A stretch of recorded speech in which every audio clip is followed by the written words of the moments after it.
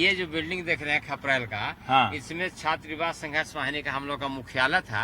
हाँ। और यहाँ पर हम लोग ही रह के पूरे 4 प्रखंड में बोध गया भूमि आंदोलन का संचालन करते थे। यहाँ पर बड़े बड़े पत्रकार लोग आते थे मिलने से, बड़े बड़े राजनेता मुख्यमंत्री आते थे मिलने के लिए। बहुगुणा जी आते थे, बहुगुणा आते थे, चंद्रशेखर आते थे, मोहन धारिया आते थे, पत्रकार बनवारी आते थे। जनसत्ता में लेख बहुत छपता था, जनसत्ता में खूब छपता था। हम लोग के समर्थक थे। पर आप जब आए होंगे तो इस तरह से जो लड़कियां हैं इस गांव की तो नहीं, सब बिल्डिंग में कुछ नहीं। जो बिल्डिंग आप देख रहे हैं सब रंग बिरंगा, यहाँ इस मकान के बाद इधर कुछ नहीं था। बहुत लोगों ने मेहनत किया, तब थोड़ा सा नेहरू जी ने थोड़ा सा गलत नीति अपनाया आर्थिक। नमस्कार, मैं रवीश कुमार। बिहार चुनाव के संदर्भ में आप बार बार मुसहर जाति का प्रसंग सुनते होंगे। मुसहर जाति वो जाति है जिसके लोग गरीबों में भी गरीबतम माने जाते हैं। इस जाति के बारे में अभी भी बाहर की दुनिया को ठीक से जानना ज़रूरी है। मैं नहीं समझता कि मेरा कार्यक्रम पर्याप्त होगा मुसहर जाति के बारे में बताने के लिए, लेकिन क्या ये दिलचस्प नहीं होगा कि जिसके नेता हैं जीतन राम मांझी, उनके संदर्भ में इस जाति के बारे में इतनी बातें हो रही हैं तो उसकी गरीबी को सोचा जाए। क्या उसकी गरीबी सरकार की नीतियों के कारण है? क्या उसकी गरीबी जो समाज की जो सामंती सोच है और उसका सामंती ढांचा है उसकी पैदाइश है, या क्या उसकी गरीबी उसके अपने कारणों से है? क्या कारण हो सकता है, ये सब हम बात करना चाहेंगे। लेकिन हम चाहते हैं कि आप इस समाज और इस तबके के जीवन में झांक कर देखें कि इसकी जो गरीबी है वो क्यों बाकी समाज की तुलना में ज़्यादा दिखती है, ज़्यादा भयावह है। कुछ बदलाव की प्रक्रिया शुरू हुई है और हर दौर में शुरू होती रही है, लेकिन वो इतनी धीमी है कि वो अभी इनकी आवाज़ में मुखर नहीं हो सकी है। पूर्वी उत्तर प्रदेश, उत्तर बिहार, मगध का जो इलाका है, जो गया जहानाबाद का इलाका है, ये वो सब इलाके हैं जहां पर मुसहर जाति के लोग ज़्यादा पाए जाते हैं। और इनमें मांझी टाइटल लोग रखते हैं, फिर सदा रखते हैं और ऋषि देव रखते हैं। तो मांझी, सदा जैसे अगर आप रामविलास पासवान के जो पारंपरिक ज़िला है उनके राजनीतिक आधार का रोसड़ा, वहाँ जाएंगे तो वो सदा टाइटल रखते हैं। कुछ लोग ऋषि देव भी रखते हैं। एक बहुत ही इसमें सर्वोदय आंदोलन से जुड़े लोगों का, विनोबा और जयप्रकाश नारायण से जुड़े लोगों का इस जाति के बीच काम करने का एक लंबा इतिहास रहा है। उनकी वजह से कुछ बुनियादी बदलाव आए हैं, उनके कुछ नेताओं ने अपना जीवन इसमें समर्पित किया है। तो उन्हीं से जुड़े हम कुछ लोगों से बात करेंगे। हम आपको आज मुसहर जाति, मुसहर टोली की यात्रा पर ले जाना चाहते हैं ताकि आप इसकी गरीबी को देखें और देखें कि ये गरीबी जिसे पैदा किसने की है? सामंती समाज ने। हजारों, सैकड़ों, हजारों नहीं बोलना चाहिए, सैकड़ों साल तक उनको इतना दबा कर रखा गया है कि अब वो गरीबी सरकार की योजनाओं से भी ऊपर नहीं आ रही है। आ रही है, बहुत धीमी गति से आ रही है। आइए आपको दिखाते हैं प्राइम टाइम।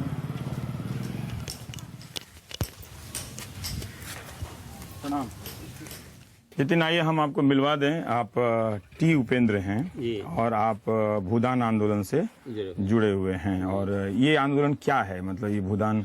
मैं जिला प्रभारी हूँ भूदान आंदोलन का। हाँ। और गरीबों को जो भूदान आंदोलन से जमीन मिली है उसके कई प्रकार की समस्याएं होती हैं। उस समस्या का निदान करने के लिए भूदान कार्यालय, जिला भूदान कार्यालय काम करता है। ये समाज सेवियों का है, इसका सरकार से कोई लेना देना नहीं? सरकार से लेना देना है। सरकार जो नियम है, भूदान एक्ट है, वो बिहार सरकार उसको मानता है।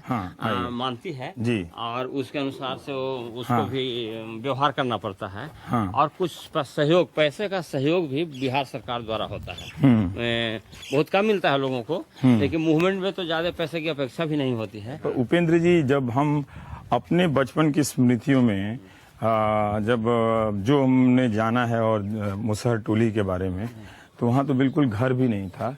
यहाँ ये अगर है तो यहाँ कुछ कुछ मैं घर देख रहा हूँ। हाँ, तो घर बना है, सरकार यहाँ पर सहयोग किया है। हाँ। और घर बन रहा है, कुछ बना है। बिजली भी यहाँ आई है। और लोगों को शिक्षा के लिए स्कूल खुला है। बच्चों को अपने स्कूल में भेजने, इसके लिए उत्प्रेरक लोगों का भी बहाली हुई है। अच्छा। वहाँ दलित परिवार से ही है। ओ, तो वो लोग बच्चे को भेजते हैं तो उनको कुछ पैसे मिलते हैं? हाँ, कुछ पैसा मिलता है। अच्छा, उनका काम है बच्चों को स्कूल तक भेजना।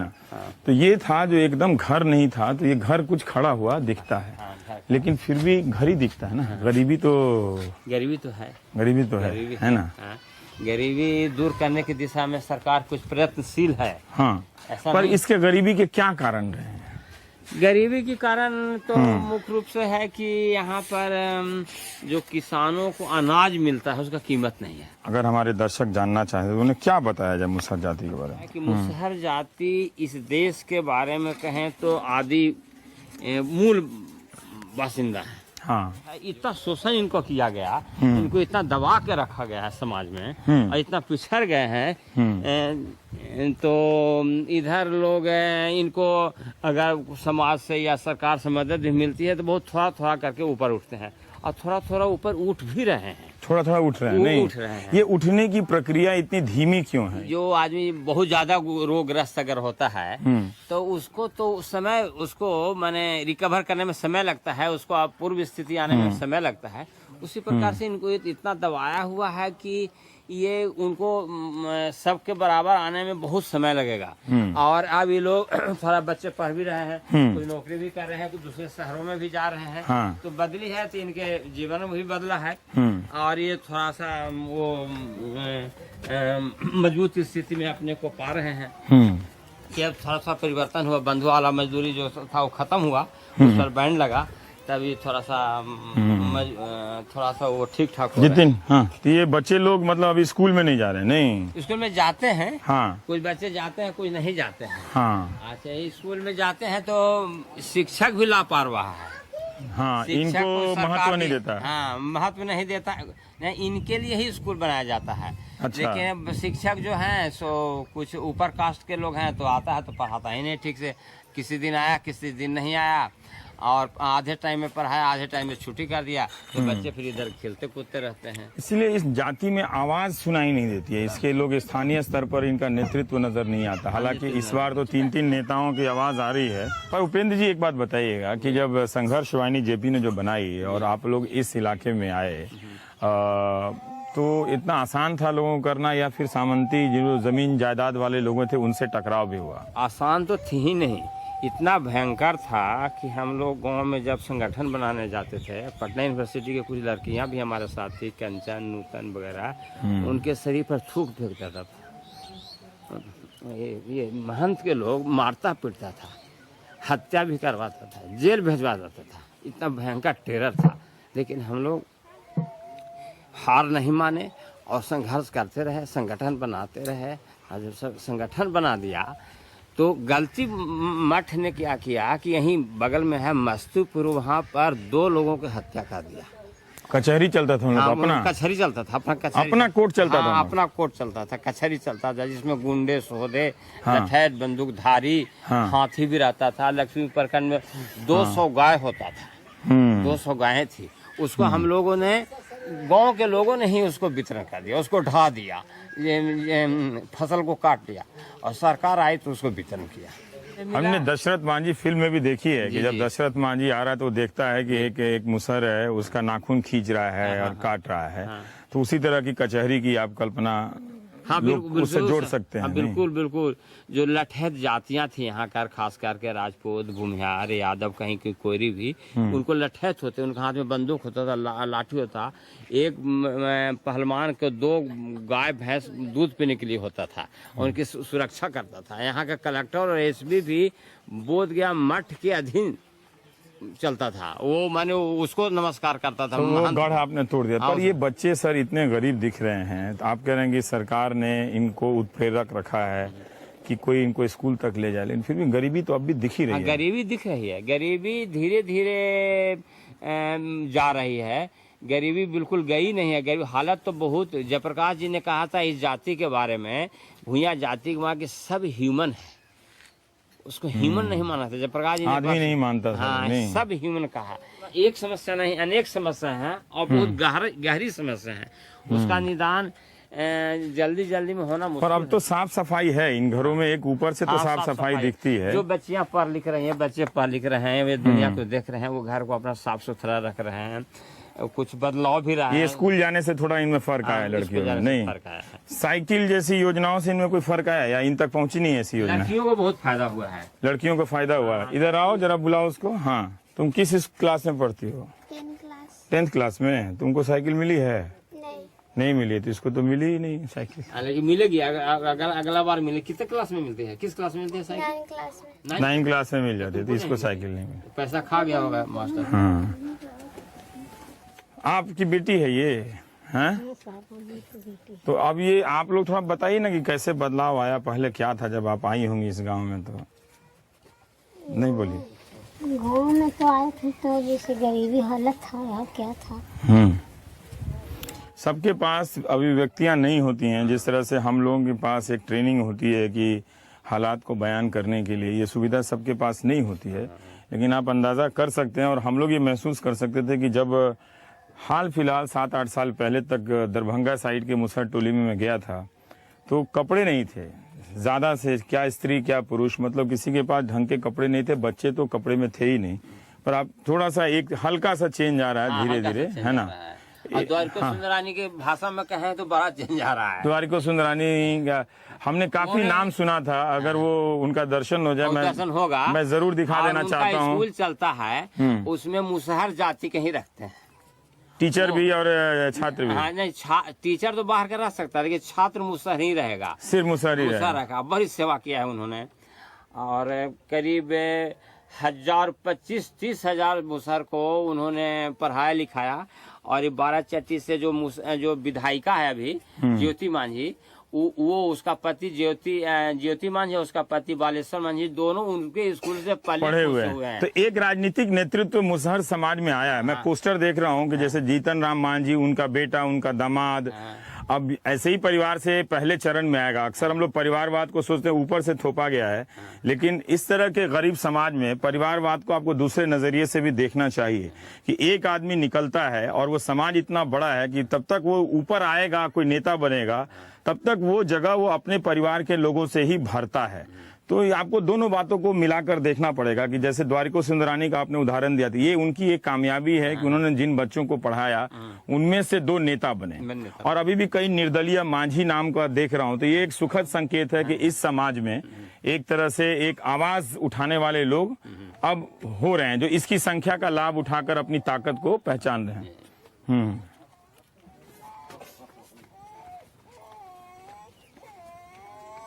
जमाना बदला कि नहीं बदला? क्या बदलेगा, हम लोग तो जो है से है, ये है, बदलेगा क्या? लेकिन घर द्वार फूस के है, किसी के कपड़ा के है, किसी के नहीं है। शुभ मूर्ति जी हैं, बिहार भूदान आंदोलन के जो प्रमुख हैं। तो शुभ मूर्ति जी ने मुझे एक बात बताई कि पूर्वी उत्तर प्रदेश या अन्य इलाकों में एक प्रथा थी, गोबरी प्रथा। तो मुसहर जाति के लोग इतने गरीब होते थे और इतना बेगार, मतलब उनसे मजदूरी कराई जाती थी और उनको कोई पैसा नहीं दिया जाता था। सदियों तक ये जाति जो है एक बिना किसी किताब के संपर्क में आए और बिना किसी पैसे के संपर्क में आए रही है। और इसने जो भी देखा, अपने सामंत को देखा, अपने जमींदार को देखा। तो शुभ मूर्ति जी ने गोबरी प्रथा के बारे में बताई कि ये भी कहा गया, ये हकीकत है कि जो पशु जो गोबर करते थे उनको दे दिया जाता था कि लो तुम धो के खा लो इसमें से अनाज। मुझे तो यकीन नहीं हुआ कि ऐसा भी हमारे हिंदुस्तान के समाज में रहा होगा, लेकिन ऐसी सच्चाई हमारे देश के समाजों में रही है। मतलब उसमें हैरान होने की बात नहीं, लेकिन मुझे हैरानी हुई कि गोबर धो के उसमें से अनाज का कोई टुकड़ा लेके गरीब खा रहा है। ये बात सही है। ये बात सही है। इतनी गरीबी थी उस समय कि अनाज, कुछ अनाज जो है जानवर है जो ज्यादा अनाज खा लेते थे, उसमें से जो गोबर होता था उसके साथ अनाज भी निकल जाता था। तो गरीबी के कारण, भूखमरी के कारण उससे भी अनाज धो करके गोबर को अलग कर दिया, अनाज को निकाल के उसमें से भी खा लिया, ऐसा भी होता था। या पीपल जो देखते हैं, पीपल का छोटा छोटा फल होता है, वो बिल्कुल खाने लायक नहीं होता है, लेकिन पीपल और बरगद का फल भी लोग खाते था। उस समय कुछ साल पहले जो तार का पेड़ ये देख रहे हैं। हाँ, तार का पेड़ हम लोग बचपन में हम लोग भी खाए हैं। हाँ। वो मीठा उठा लगता था और उसमें फल जो निकलता था उसमें से वो तार का फल खाता था लोग। हम हाल में ही पूछे एक आदमी से कि अब तार का पेड़ हम लोग बचपन जब थे देखते थे तार का पेड़ फल बिल्कुल लूटता था, तो वो अब क्यों नहीं? तो लोग कहते हैं कि अब उतनी गरीबी और भूखमरी नहीं है, इसकी वजह के हर तार के पेड़ तक देखते हैं कि जमा रहता है। अंतर आया है, अंतर काफी आया है, जितना चाहिए उतना अंतर नहीं आया है, लेकिन अंतर काफी आया। इसलिए हम देखे कि उस घर पे एक बाबू कुंवर मांझी का एक पोस्टर लगा हुआ है, महेंद्र मांझी का। एक और बात है, मुझे पता चला कि पश्चिम शुभ मूर्ति जी ही बता रहे थे कि कई जगहों पे इन्हें वनमानुष भी कहा गया है, कि मतलब आदमी नहीं समझा गया इनको आदमी नहीं समझा गया कि ये इतने गरीब थे कि इनको आदमी नहीं समझा गया। मतलब इनकी औरतों को, इनके मर्दों को, मतलब जिस तरह के लंबे समय तक यातना से गुजरना पड़ा है, मतलब इस देश के सभ्य समाज को सामूहिक रूप से प्रायश्चित करना चाहिए कि इनको भुगतना पड़ा है। और आप लोग जब नौजवानी में, छात्र जीवन में जब समर्पित हो गए तो लोग आप पे थूका करते थे, मारा करते थे, और आप बताते बताते डबडबा गए। तो हम समझ सकते हैं वो कितना मुश्किल रहा होगा कि आप लोग जब इन इलाकों में आए होंगे। अभी तो फिर भी दिखाने लायक दिख रहा है, नहीं तो आप कल्पना कीजिए कि 10 या 15 साल पहले अगर हम कैमरा घुमाते इस जगह पे तो दिखाने के लिए कुछ नहीं होता। एक भी ईंट नहीं दिखता। तो जो ईंट देख रहे हैं वो सरकार का प्रतिफल है, उन्होंने प्रयास किया कुछ ईंटा का मकान। एक प्रोफेसर बलदेव नारायण जी ने जो लाहौर से बिहार आए थे, है ना, और उनका नाम लेना चाहिए, और वो 1950 में मुसहर सभा मंडल बना था। इसके बारे में कुछ बता सकते हैं क्या? हाँ, प्रोफेसर बलदेव नारायण आजादी के आंदोलन के स्वतंत्रता सेनानी थे। वो सदाकत आश्रम जो बिहार कांग्रेस का मुख्यालय था उसमें रहते थे। डॉक्टर राजेंद्र प्रसाद जो देश के प्रथम राष्ट्रपति बने वो भी रहते थे। तो उन्होंने, कुछ लोगों ने प्रश्न किया, उसमें शेड्यूल कास्ट के लोग बहुत कम थे, लेकिन एक दो थे कोई यादव जाति, कहा कि भाई जो हम लोग खाना खाते हैं वही खाना ये लोग साथ में बैठ के खाता है। उस समय जातीय भावना ज़्यादा थी, तो राजेंद्र बाबू ने नियमन दिया कि खाना तो वही खाएगा, साथ बैठ के खाएगा, लेकिन परोसने के काम अपर कास्ट के लोग करेंगे। तो बलदेव नारायण, प्रोफेसर बलदेव नारायण कहा कि तो जाति का इसमें गंध आता है। उन्हें सदाकत आश्रम छोड़ा तो कभी गए नहीं, छोड़ दिया उन्होंने। हाँ, छोड़ दिया, सही किया। हाँ, अब अपने घर में जाके जोल्हा रसोईया बनाया। अच्छा। और मुसहर सेवा संघ बनाया, वो रोसड़ा वाले क्षेत्र में, समस्तीपुर वाले क्षेत्र में मुसहर सेवा संघ बनाया उन्होंने।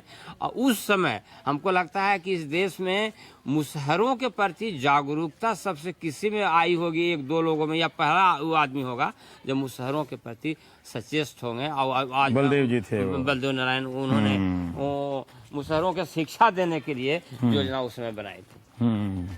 पर अभी इंदिरा विकास योजना, तरह तरह की योजनाएं, अभी जैसे कह रहे हैं कि इन्होंने मजदूरी मांगी तो थोड़ा बहुत एक फायदा हुआ है। राजनीतिक नेतृत्व तो अभी बुनियादी स्तर पर उभर रहा है, छोटे छोटे लोग आगे ऊपर आ रहे हैं। ये एक तरह से जो शराब पीने की जो एक प्रथा रही है इनके बीच में, और ये भी उनको नशे में रखा गया होगा कि वो फिर मांगे नहीं और ज्यादा काम करें। देखिए, दलितों में जो नेतृत्व उभरने की जो बात कर रहे हैं, उसमें बिहार सरकार का एक तारीफ करना पड़ेगा। उन्होंने जो पंचायत चुनाव में जो आरक्षण लाया ना महिलाओं के बीच में, कि अभी ये बैकवर्ड कास्ट का सीट होगा, ये शेड्यूल कास्ट का होगा, तो उससे नेतृत्व थोड़ा उभर रहा है। हाँ, मौका मिल रहा है, मुखिया बन गया, सरपंच बन गए, जिला पार्षद बन गए। तो ये अब मैं ये उम्मीद करता हूँ कि आने वाले दशक में बिहार में उत्तर प्रदेश की तरह दलित राजनीति अपनी जगह बनाएगी। उसके नेता और वो पहले से ज्यादा बड़ी दावेदारी करेंगे। बिल्कुल बिल्कुल बिल्कुल। तो ये सब इंदिरा आवास के घर है नहीं? हाँ, इंदिरा आवास। ये कोई मांझी का घर है, मतलब कोई नेता है। आप जो कह रहे हैं कि जो पंचायत में आए होंगे बाल कुंवर मांझी, तो दशरथ मांझी भी हैं यहाँ पे। इस पोस्टर में कप प्लेट है, नया लड़का है। तो इस समुदाय से, इसको बहुत नज़र से, सहानुभूति की नज़र से समुदाय और इसके उभरने वाले जो युवा नेतृत्व हैं उनको भी देखा जाना चाहिए कि वो प्रयास कर रहे हैं अपने स्तर पे कि निर्दलीय ही सही एक तरह से उठा जाए। तो एक समाज का एक मोबिलाइजेशन हो रहा है उनके पीछे, या वो करने का प्रयास कर रहे हैं। तो